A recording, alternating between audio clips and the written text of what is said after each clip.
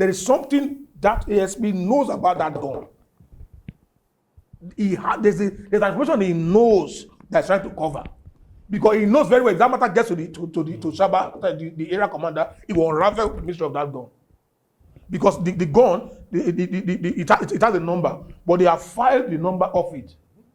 You know, every barretta has a number, so you can trace to a senior police officer, whoever that was using it. They filed the number of it. They now use the aluminum pan to seal the both sides.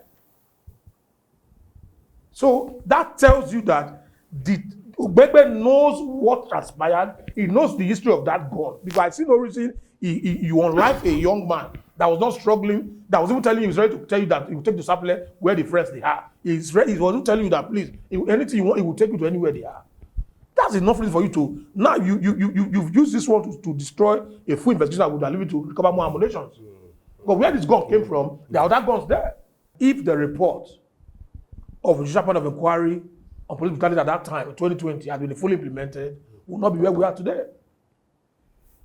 We have 12 officers by our committee, by our panel that was indicted. We recommended that 20 million be paid to families for compensations. As of then. We recommended also that police officers, you must not be outside without your name tag on your uniform. Because he was not putting on the uniform. Yes, when he killed we recommended that police officers will be trained and retraining. And that every formation of the police will have a human rights desk attached to it. And also we have a doctor that go about to check their mental health in the morning before they are giving guns to go out for patrol. All of these recommendations were we did. This is light of the day. The government of the day did not implement the report of that judicial point of inquiry fully. It was treated with kid gloves. And some corrupt activists also collected money and Hiloxes on that basis. And that's why we are where we are today. If they are dead to 12 policemen at that time and they are in jail today, they will deterrence. Others will see it and say, yes, this issue has caused my colleague to be in the prison since 2020. I don't want to go to the prison. Let me work well. But because they saw that after the panel report, no police officer was sentenced to jail in this country. No police officer who has actually killed our Nigerian youth was sent to jail. Some human rights activists collected e-logs, 2021 brand new e-logs from government and 10 million naira, and they are working freely and say they are activists. In a same time, they'll be investigated by the FCC and prosecuted forthwith. And somebody come and tell me that there will be a change. There will be no change. If we as activists can be accomplices to this same fact, if you can collect a vehicle from a sitting governor, a brand new 2021 e-logs from a governor, and say he dashed you, what do you do for him that he dashed you the e-logs? What's your job for a government to go and dash you an e-logs? I know the risk I took in that panel. I was shot at on my in one of the engagement. I was trailed by people. I don't know who was trailing me at that time. Policemen would respect us if they were seeing that their colleagues, a commissioner of police was in the prison, an ASP, a DSP, all of that, especially when in prison till this date, you know that my colleague that we're working with is in the jail for what he did. He extrajudicially killed somebody. So there will be that restriction. You know when to use your force with that 237. They were taught when to use your firearm. It's when your life has been threatened. Your rifle is not trying to be used, or if somebody is escaping for lawful custody. And the law said you maim him, not even to kill him. If he's escaping for lawful custody, you aim his leg or aim his hand. Not to even kill the person. The only way you use your rifle is when your life is being threatened, but your rifle is being wanted to be taken from you. Then you have force of that, you invoke it and you shoot your rifle. Not at any strategy. The other day they shot the boy also in Orope. The next day after this Oghenemine issue. Oh, you are looking for drugs. Delta State Governor Sheriff Oboriwori has condemned the extrajudicial killing of 28-year-old musician Oghenemine Ogidi by a police officer in Efrun. The governor, in a statement signed by his chief press secretary, Festus Ahon, said he received the news of the killing with deep shock, stressing that no citizen deserved to be subjected to such brutality.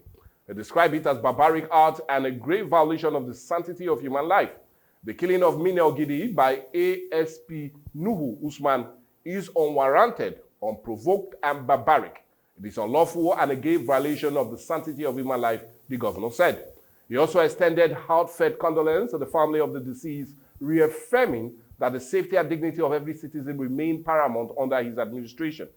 But the big question is what next as it concerns this very case? Will it just be in the news and public discourse for a while, and the slow wheel of justice will be on it for years, or rather a swift dispensement of justice will be seen, making it different from others? And how much of that recommendation given by the NSAS saga has been implemented? Well, these and more as it concerns the recent killing of Mine Ogidi will take center stage on the show today.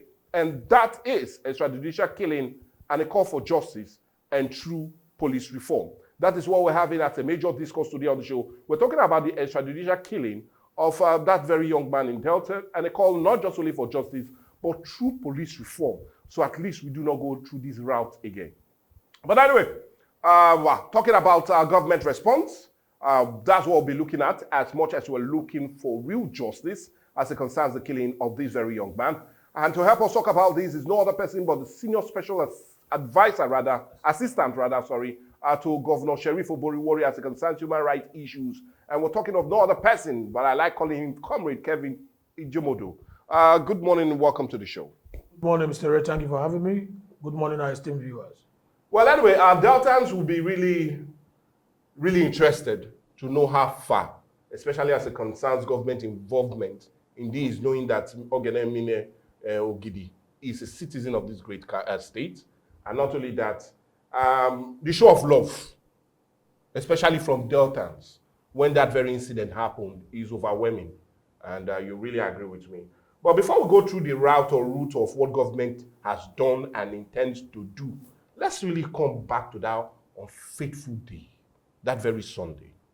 Now, let's really have a clear definition of the narrative because, when such happen, you tend to be having different narration of the same event, and in every way, constant narration distorts the true event that played out that very day. But according to your knowledge, because you were the first person respondent on this very issue as it came to light, what really transpired on that fateful day? Thank you very much.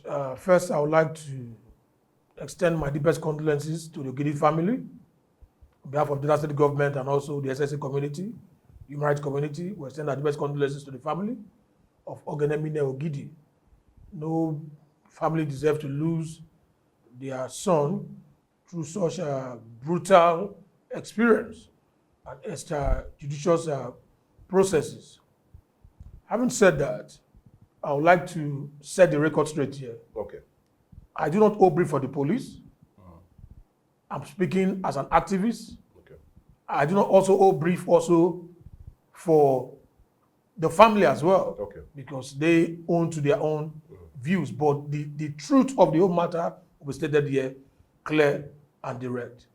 Now, on the 26th of April, on the Sunday, yes, it was in the evening hours, from my own findings, Oghenemine Ogidi went to the Efru Motor Park, the Sapele, where you have that park they used to load to Sapele, yes, behind the side of the flyover. yes. So he went there to send a parcel to Sapele.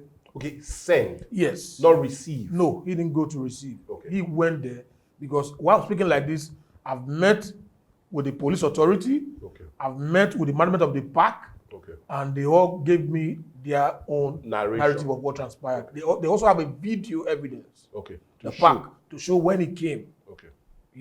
But for investigation purposes, they've not been able to put that on social media. I understand. When he came there, he said he wanted to waybill a parcel to Sapele. Okay. And they told him that their procedure, you must open the parcel that you want to send so that they will access it. He said his children close. They said even at that you open it. Because I remember sometime December last year, a driver there were caught with a bullet inside Gary that someone gave to him to waybill to that same route. So since then, the park now decided drivers no longer take parcel directly from passengers and send. You take it to the park management will register it, and they give it to the driver themselves. Okay. So that's not the new procedure they do. So when he got there, that's what they demand, that he opened what was there. So they were having altercation. He said, it's just normal children trouser. They've said, no, you must open it for us to see what is inside. So when they finally forcefully opened it, they now saw a English Beretta pistol with 4 live ammunitions with 2 baby jeans combat trousers inside, wrapped together. So they held him down and said, what you want? Where you carry gun, they go. They tie him down. Okay, so it was the park authorities that tied him. That tied him. Not the police. Not the police. Let's understand. Yes, that rope, you see, they tie him to the back and his leg. It was the park authority that tied him. Okay. So they now reached out to the police. They first of all called the Ebrumede police division because that place actually falls between the Ebrumede police division and the Efru. And the Efru. No, the Efru is an area command. Okay. So it covers all divisions around him. Around them. Yes. So when they called the DPO, CSP Rex, he now told them, okay, his officers, they are far away, but they will respond. So while they were waiting for that, they quickly remember also to call ACP Aliu Shaba, the area commander of Efru. So when they called him, he now detailed a patrol team that they should go there and pull the boy. Before he did that, he said he called them to hid the boy from the public. Okay. So that it doesn't no mob action. No more, so that it doesn't disturb also investigation, so that they can get more facts from him. That the boy was not kept in the boot of a vehicle. Okay. So when the police got there, the ASP Usman knew, also called at Ogbegbe. When he got there, they now handed over the gun to him and also the suspect. Okay. So they said he put the suspect in his Sienna. Okay. And they were about leaving. All of a sudden, he just brought the boy down again, from the vehicle from again. The Sienna. From his own Sienna, from the police Sienna. He brought the boy down and was asking him a question. Who sent you? Where you carry the gun? They go. And he shot the boy, the first shot in his hand. You see the first instant when the boy was there, you see a pool of blood dripping from the side of his hand. When shot him in the hand, the boy was still explaining, pleading. He shot the boy the second time in the leg. Okay. That was too short. Too short. That's when the boy in the park. That's when the boy now fell down. And in company of the other two men with him, because Ogbegbe was the driver. Okay. Yes, the one that shot, he was also the driver of that thing. Okay. So they carried the boy into the Sienna and they went to the station. Okay. Area command. Area command from. On getting there, this same set officer immediately brought the boy down. He now shot the boy again. In the police station. Okay. So at that shot was what now, as I said, the area commander ran down and said, what's going on? On coming down, he saw that Ogbegbe had shot the boy and he was crying. Who was crying? The police officer, after shooting the boy, he was not crying. So they hurriedly disarmed him, chained his leg and chained his hand, and put him in the cell while they rushed the boy to General Hospital Ekpan. On getting there, the doctor confirmed the boy BID, brought him dead, because he has lost a lot of blood and he was deposited in the morgue. So that was the narrative that happened from the park, from the police. Okay, now, there's one clarity I really want us to really look at. Now, it's been alleged that the boy was sent this parcel all the way from Bayelsa, that he collected it from Bayelsa Park, now went to Sapele Park to bill it. How true is that narrative? Let's understand. Yes. Did you get any information on that? You know, I didn't get that narrative from any source. Or you did not look at that? No, I didn't get that narrative. The source I looked at was he brought this waybill to be sent. Okay, to Sapele. Yes, from that Sapele Park to send it to Sapele. Okay. But from police findings, they now saw that a company brought that parcel from Yenegua, from Bayelsa. Okay. And then this boy went to receive it from the park. I don't know which park he received the item from. But from what transpired and that from that's the narrative you've given to us. Because why we're asking this question, we really want to know where the parcel came from. Whether it was Oghenemine that wrapped the parcel himself, or rather whether he was sent that parcel. That's why we needed to ask you this question. Thank you for that clarity. Right. Now, let's leave that. Now, this will be one killing too many, has been stated by Nigerians, especially as it concerns extrajudicial killing. Now, the person of Nuhu Usman, with our own investigation, has been in the spotlight for a long time now. He was first with SAS when it was disbanded after the NSAS, and we know he was posted to almost 3 formations before Ella was the last formation, yes, before he was now finally transferred to a full. So let's understand that. Was it in public, or rather was it in the police understanding that he had series of misconduct before what transpired on that fateful day? Yes. According to your findings? Yes, it was in the police formation knowledge, that ASP Usman Nuru has had several engagements of being trigger happy, intimidation, extortion of Nigerian youth or Delta youth. So while he was even in Kwale axis, Honorable Ezechi took also a petition before the National Assembly as regard Usman's conduct to indigenous of Kwale. So that was some years back. So you know that he has been constituting nuisance. But I do not know who have been trying to cover up some of this evil that's transpired. It was in the South, was South of this band. Now he was now working with RRS. Okay. Just months back, he worked his transfer to the area commander from. And here we are, this has happened. So I think perhaps most of the superior he has worked with before, they've not been fair to handle him or nail it at the ball. If not, it would have went to this extent. Maybe he was treated with kid gloves, or perhaps maybe he had the godfather in the police hierarchy who always, give him that assurance that no worry, it's just about query. I'm aware he has been queried before on some of his behaviors. But you see, when people are queried and they're not dismissed, this is the outcome. This is the outcome we'll see.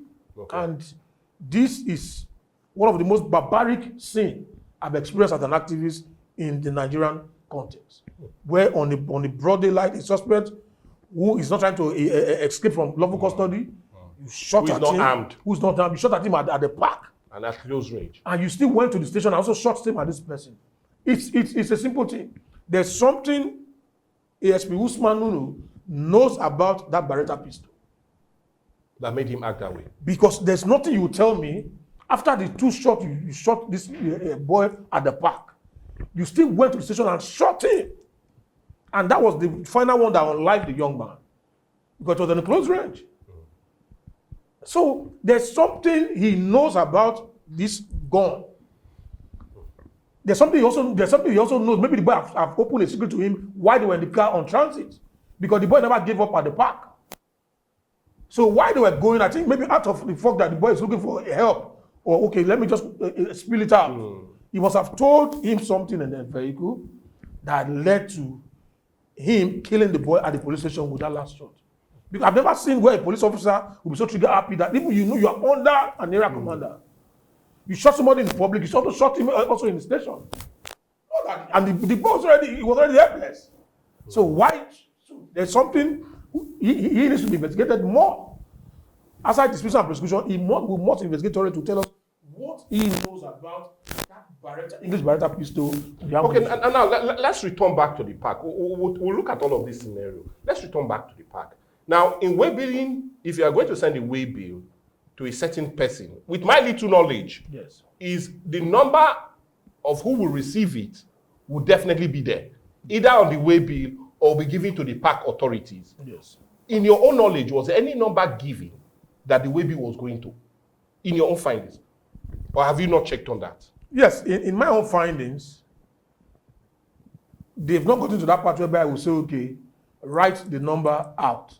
Okay. It was pricing first, then argument followed. Okay. Yeah, this thing before now, open it up. Yes, this thing was said. He said, now just baby cloth now, you charge me 2,000. He said, no, I just saw that small bikini cloth will not get weight. But the person now received it and said, no, this thing get weight now. That small bikini cloth now will get this guy with, and you see the price like this. That argument followed. Okay, so a number was not given there. No, the number has not been. But please, sir, where is Oghenemine's phone?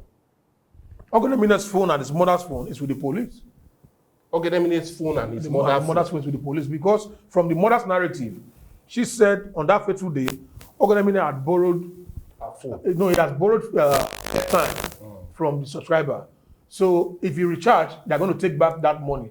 So he now used the mother's phone to recharge, so that he will use the mother's phone to make call when he gets to the park or to communicate. Okay. So that was when. So whoever he's communicating with is what is in his mother's phone. Okay. Or perhaps maybe just carry it so that I can communicate when he gets there, or say, okay, I've sent or I've not sent, or all of that. Or to see number that's going to put to Webily to supply. Okay. But what the mother said was, because he has borrowed money from he has borrowed airtime, and if he recharge in his own phone, they are going to take the money. Okay. So he now had to use his mother's phone to recharge, so that they won't take that money and use that one to communicate while he left. And now, talking about the mother, we have a video that when you pay the visit on behalf of the government. Yes. And I will call for that video because we've brought in the mother as a point of discourse now. Let's see that video that we had, or rather, Comrade Kelvin had with the mother, and let's get a little of that narrative there.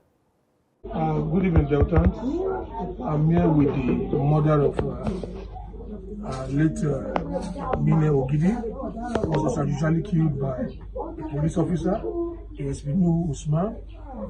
And it's a sad one, I must say, hearing our own ordeal of how the whole scenario played out on that fateful day. She said she was the one that gave her son the phone to even use because he has bought airtime from his own phone. So if he buys again, they'll take the money out. So he used his mother phone to buy airtime so he can make this call and went out to pick the baby. It's a sad one for a mother to lose a 28-year-old boy. I think he's already a man. At 28, he's already a man. So the family said they want justice.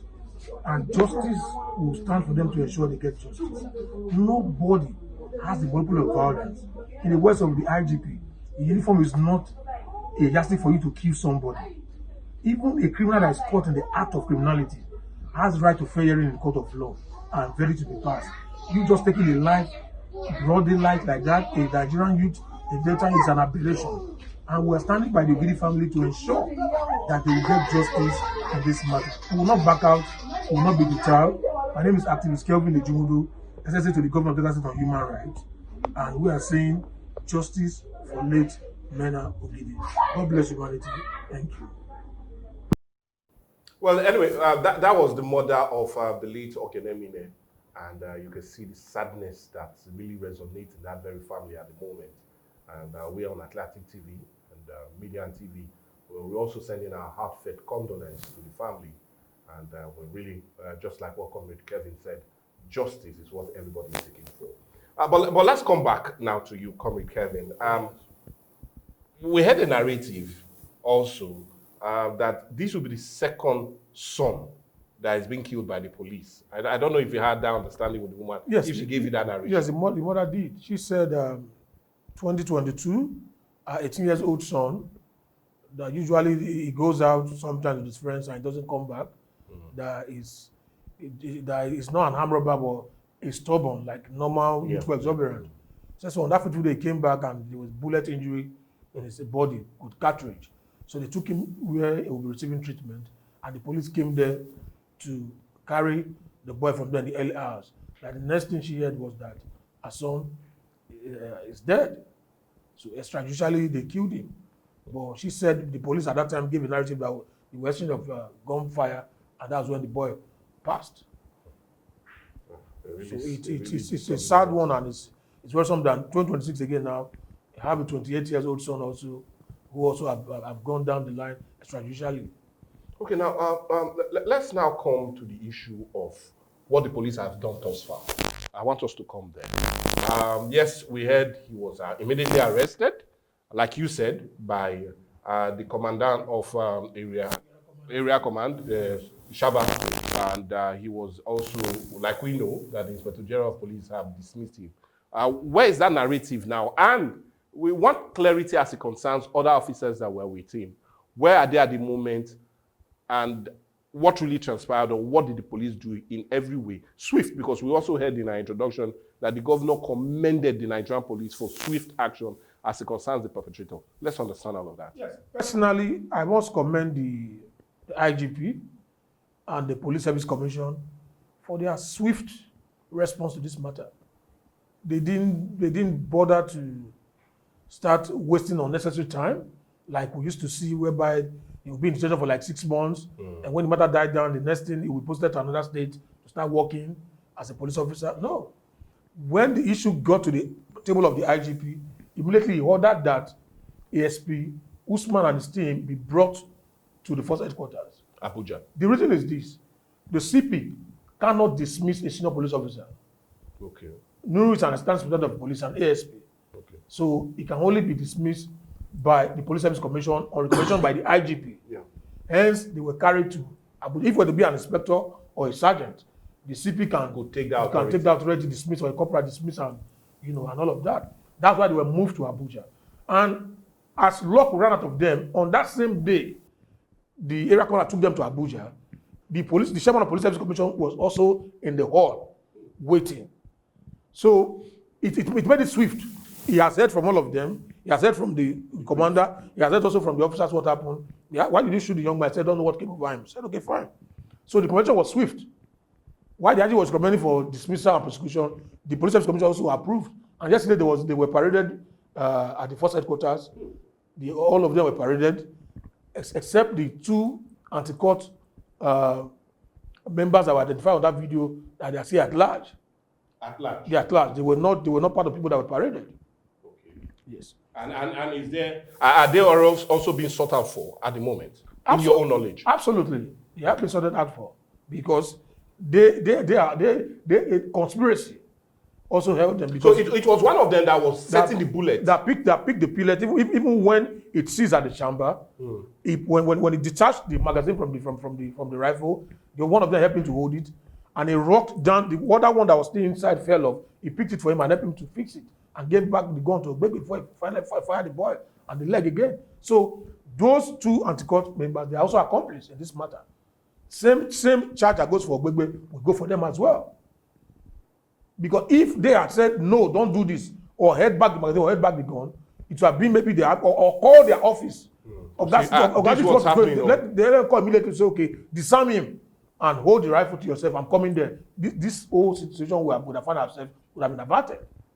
But because they were even the two of them were the one hailing him. Ogbegbe. Somebody's going astray, they were hailing him. Even after he shot the body, they were still hailing him. So that they are hailing, they must join him to face the prosecution processes.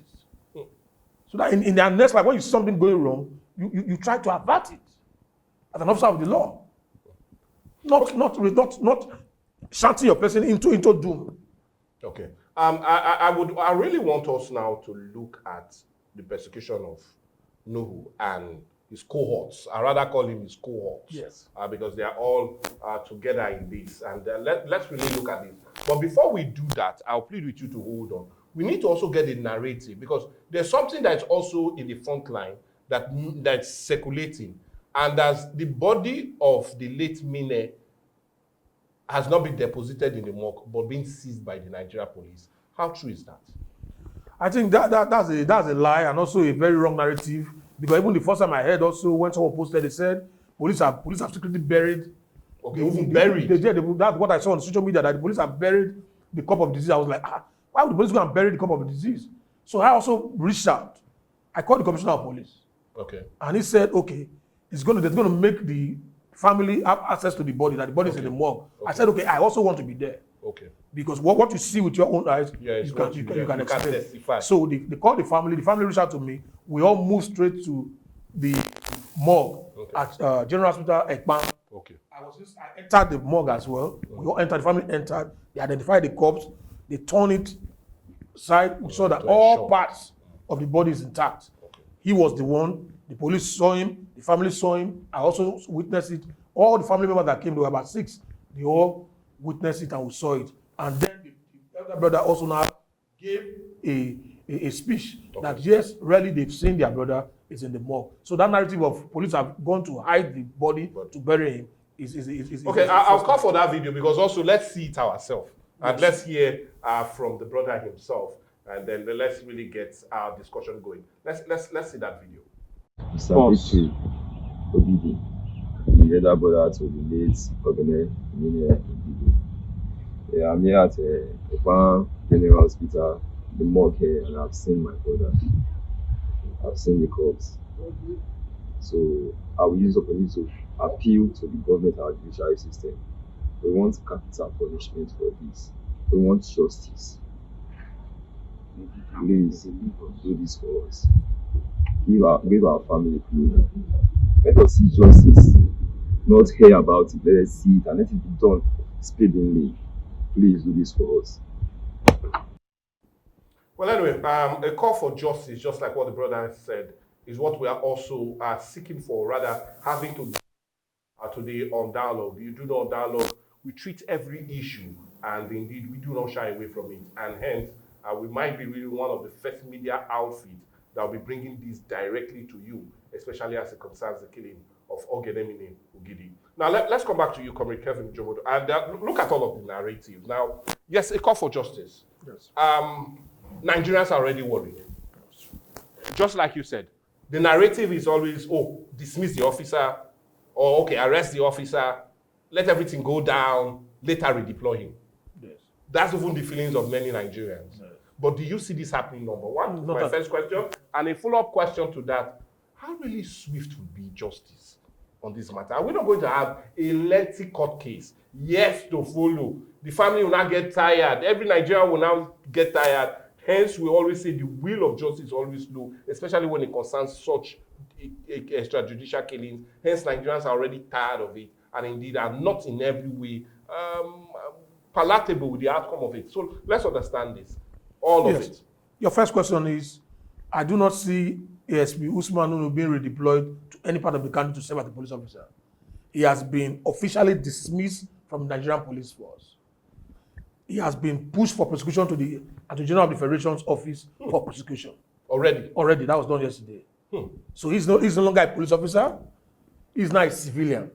So he will face the full weight of the law. The full weight of the law is life sentence or the death penalty. Let's understand that, sir. The full weight of the law is at discretion of my lord. Okay. At the court. This is not manslaughter. This is pure murder. This is pure extrajudicial killing and murder. Okay. So, in my own view, it's going to be dead by hanging. Okay. In my own view. But at discretion of the court, my lord will look at the fact of the matter, look at evidence brought before the court, and my lord will make his judgment. So, having said that, that idea of he will be deployed to somewhere to work, no, that's not going to happen. We all see he has been dismissed. So if you see any new Usman anywhere with this same face like the policeman wearing police uniform, then we'll know that the one in the detention is different from the one there. Then let me clear also the narrative. People are asking that how come he's having beards, how come he's having, no. What they did is, because of the application of criminal justice law, where they said no longer, you don't parade suspect anymore by exposing their faces. Hence, when they were paraded, they snapped them at the back. They covered the face. So Nigerians now use AI to also go and use this other picture on his Facebook page to put his head on the neck part of it. That's why you see that in his video, you see him having plenty of side beards and even an handspray. Yes. Having an handspray on his ear. So yes. Those were pictures he snapped while he was in SARS. Probably before that, some other pictures he has also on his Facebook profile. Mm-hmm. That Nigeria now put his face on that body so people can identify the new Usman that they're talking about. But the new Usman we saw shooting Mine also had beard. Yeah, he has a small beard, yeah, but not as much as the one we saw, that the picture they put on his head, and even having a handspray on his ear. No. Okay. During that time. Yeah, during that time. Because Nigerians were concerned that somebody that was dismissed and being arrested still having the freedom of having beard. No, those were the Nigerians want to put it through AI to put the head on the neck. Since people don't want to show us his face, Nigerians want to expose the face that this is him. We know him already, so this is a no. Okay, now let's come to the swiftness of justice. Now, that's the part where autopsy comes in. A lot of Nigerians are clamoring that why would police say they won't do autopsy? You see, in an homicide case, without an autopsy, a smart lawyer will swing to the court and get ASP Usman and his court a soft landing for justice. We all saw the video evidence, pictorial evidence. Yes. Good. That will be attached and extra as exhibit in the matter in court. But also, we need what we call an expert opinion by pathologists who certify that he died of the gunshot, on account of the gunshot on so and so day, and multiple gunshot XYZ found in the veins and all of that, and will be added. So with the expert opinion, it makes it easy for the court to prosecute. Just same way we also as active when we do rape cases, without a professional advice from the doctor to say, yes, there's breath of rape, semen, hymen broken, and all of that, you cannot prosecute the rape case. So they give an expert opinion to come and say, I'm not a doctor. You are not a doctor. The judge in the court is not a doctor. What we ensure is when they say a doctor report, say, okay, good. A pathologist have signed that this was the cause of death. We know that he died out of the gunshot. Nobody is disputing that fact. Even the one that shot him at the police station, that's when he finally gave up. The doctor said it was BID brought him dead, meaning the gunshot killed him and out of excessive bleeding. But they also need to document that. I think this week they'll be carrying out the autopsy, which I've also told the family they have to be there. Yeah. When that's done, and the police said yes, the family have the right to be there to witness the procedure of when the autopsy will be carried out by pathologists. I think within this week that will be done, and all documents will be sent to the Attorney General of the Federation for prosecution. But I want him to prosecute here in Delta. Oh, that's my own take. I want him to be brought back to Delta State for prosecution to be carried out in the High Court, maybe in a fruit or any of the High Court within. But would there not be security breaches on account of that? You could still remember the immediate protests that transpired immediately all of this happened. There will be no security breach in all of that. He will be in correctional facility. They bring him with armed orders to court. I do not want to say whereby the family will not be struggling to spend money to go to Abuja for transportation and all of that to go. Bring myself as activist as well. Yes. So if it's here, it makes it easier for us. The family will access the court, will go back, will monitor the situation and all of that. Why they still go after the other perpetrators of that same act? Okay. They must be brought to book. They must face justice. Because nobody has the motive of violence to take a life extrajudicially. Okay. The world is watching Nigeria. Yeah. So this is the litmus test for IGP Olatunji Disu. Is a man I've had interaction with when he was the CP of Rivers State. I know his level of integrity is high. So this is also a litmus test for us to know what he's going to do. And he has displayed leadership by not even wasting time doing the bureaucratic activity within the police. Ensure files are ready, everything, and put to the judicial operation that yesterday. Okay. So let's take it up from there. Okay, let's still come to another major issue. And the major issue I want us to look at is the issue of, we saw what transpired. We know what happened. But every narrative will also be put into the picture of police brutality in Delta State. It's a bit comic. I saw my Facebook page yesterday, a comic of somebody say, police is there. The man was like, okay, police, don't be scared of police now. Police is your friend. The guy said, no, I'm not saying only police, now Delta police. The man said, Delta police. He had the blood of Jesus and he ran. So Delta police is now having a very diabolic, forgive my language, diabolic, scary narrative. And all of this will come on account of the issue of the police reform. If you take your mind back to 2020, NSAS started here in Delta State. Who gave it to be precise? Yes.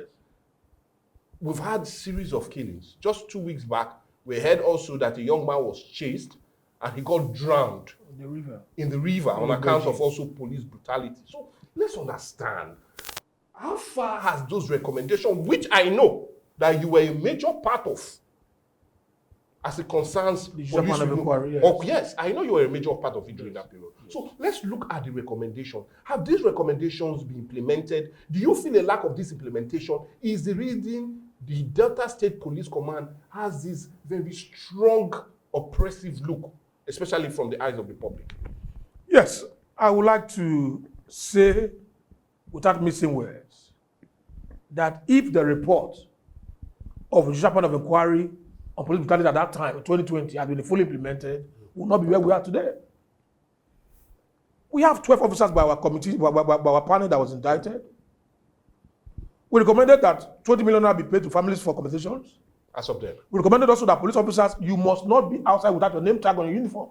Because he was not putting on a uniform. Yes, we recommended that police officers will be trained and retraining. And that every formation of the police will have a human rights desk attached to it. And also we have a doctor that go about to check their mental health in the morning before they are given guns to go out for patrol. All of these recommendations were we did. This is light of the day. The government of the day did not implement the report of that Judicial Panel of Inquiry fully. It was treated with kid gloves. And some corrupt activists also collected money and hillocks on that basis. And that's why we are where we are today. If they are dead to 12 policemen at that time and they are in jail today, they will deterrence. Others will see it and say, yes, this issue has caused my colleague to be in the prison since 2020. I don't want to go to the prison. Let me work well. But because they saw that after the panel report, no police officer was sentenced to jail in this country. No police officer who has actually killed our Nigerian youth was sent to jail. Some human rights activists collected e-logs, 2021 brand new e-logs from government and 10 million naira, and they are working freelance and say they are activists. In the same time, they'll be investigated by the FCC and prosecuted forthwith. You don't trade your taste for the blood of innocent citizens. It's an aberration. I know the risk I took in that panel. I was shot at on my in one of the engagement. I was trailed by people. I don't know what was trailing me at that time. I was living worried too for that meeting every day we're holding sittings. We had almost 90 something cases that I tried on that panel. Majority of them were youths that were killed in Asaba, in Agbo, in Warri, within the state. And when we wrote 20 million naira, the government came and will give people 2 million naira as compensation for the family member that was killed. When we said 20 million should be given to them, 5 million naira for the family to build a small house, 5 million naira for the mother to build to start a business, 10 million naira to train the children that they had. Because most people that were killed were the breadwinners. There were some even in Agbo that his body was even sold off in our panel report. Then to date, no one police officer is behind bars in a country where you want to fight for the better human rights. And somebody come and tell me that there will be a change. There will be no change.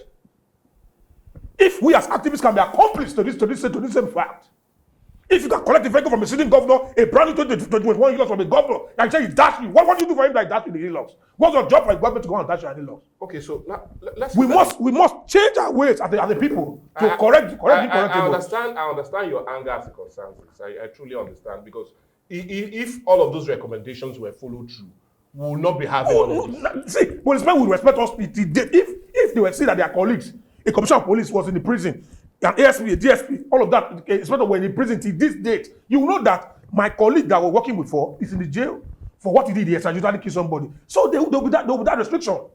You know when to use your force under 237. They were taught when to use your firearm. It's when your life has been threatened, your rifle has been threatened to be used, or if somebody is escaping for lawful custody. And the law said you maim him, not even to kill him. If he's escaping for lawful custody, you aim his leg or aim his hand. Not to even kill the person. The only way you use your rifle is when your life has been threatened, but your rifle is being want to be taken from you. Then you have force of that, you invoke it and you shoot your rifle. Not at any strategy. The other day they shot the boy also in Orope. The next day after this Oghenemine issue. Oh, you are looking for drugs. Okay, Comrade Kelvin, we can go on, and time is not a friend, but we still have a whole lot to talk about now. Where is the government stand on this? And when I mean government, I'm talking about Delta State government on account of this issue. Yes, I know you were deterred, or you were detached to see the murder, yes. That on behalf of the state government. But will be the state government joining in on this suit against these perceived killers? And will the state government do something, especially for those left behind on account of this? Let's understand where the government stands on this. Yes, Excellency, the governor of that state sent delegations to see the family. Okay. He was out of the state at that time when the incident happened. He was far away in Lagos. Yes. From there, he moved to Abuja. Yes, the family will be compensated. He will give them a compensation, monetary compensation to the family, okay, which I know will not bring back the loss of life. But I don't see the governor joining the suit. Okay. But they will monitor it strictly to ensure. I wanted it to be brought to Delta State and Attorney General to try the matter. Because I believe so much in an Attorney General of the state. They will try that matter and ensure that no stone is left unturned. But we are also watching. If the AGF want to attend the matter in Abuja, we are also watching. Okay. And your appeal would have been better. It comes to Delta to ease the stress of the family. Okay. Going to Abuja and coming back. Okay, now, before we let you go, we'll be talking extensively on this, and every need for us to talk about it because it still stands. The Delta State Police Command brought out a statement. I saw a video of the PPRO when he was really downcasted. He was confused. He said his spirituality, because he could not imagine a sane police officer doing that to an unarmed person. And especially in the station. So he at the park and also at the station.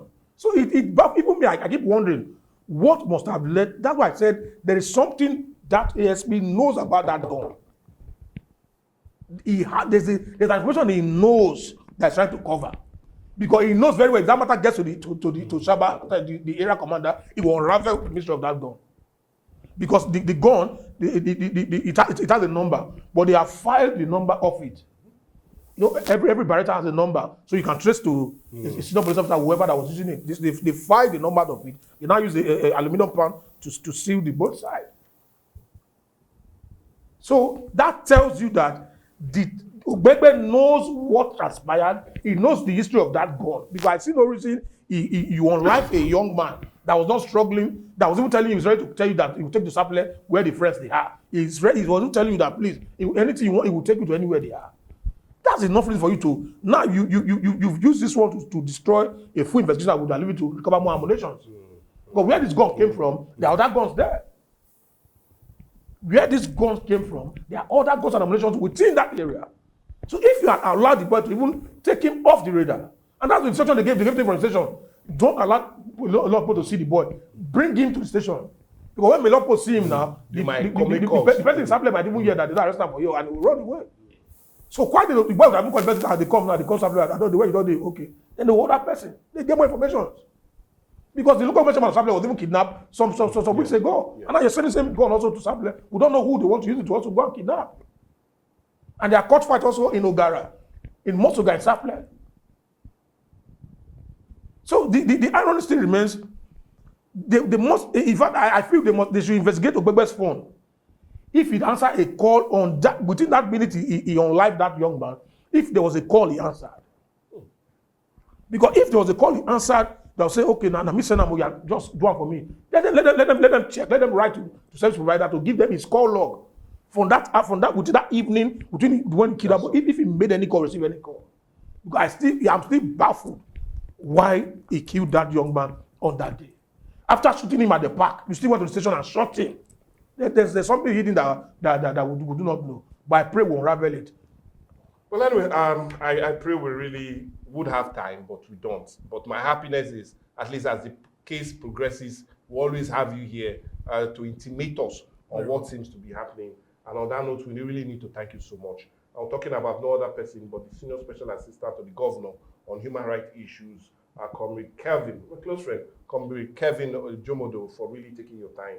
And I know the passion you're talking about and the anger that you're also speaking on account of, especially as it concerns the recommendation. And but all of that has not happened. And I rather want to pick a day that we can come back here because it's a discussion that will take a lot of time. Yes. What needs to be done? It's a fourth volume of our report. We'll need you to come back here one day. Let's think about a way forward, especially as it concerns the Nigerian police force, especially as it concerns the Delta State Command, which indeed has been enmeshed a whole lot of scandal, and this is indeed the highlight of all of it. But all the same, we really need to thank you so much for taking your time and doing this with us. We will see on this occasion and on this account. We really want to thank you thus far on your effort as it concerns human rights issues in the state. And we really want to say well done and keep the flag flying. And we just pray for more energy to do this. We really appreciate all you're doing. Thank you so much. My pleasure always. Yeah. And thank you for always having me. Thank you also. Well, anyway, it's more like a wrap on our very show. You do understand our dialogue. We tend to really talk about everything. Bring them to your front border and make you really enjoy always being with us. That's why the Dialogue and Viewpoint family and Atlantic TV family is constantly growing. We'll plead with you. Let's get your comment, contribution, reaction as it concerns this very topic we've had. Yes, will justice come? What should be the reform? What should the Nigerian police need to do? Is it to remove the force from the name and let them a bit less forceful? Or what do you think? But anyway, all your thoughts will really be appreciated as we send them to our different social media platforms. But for me, Michael Gobadia, it's a quick bye-bye. Stick around. Still remain with Viewpoint because the news will come soon. Bye for now.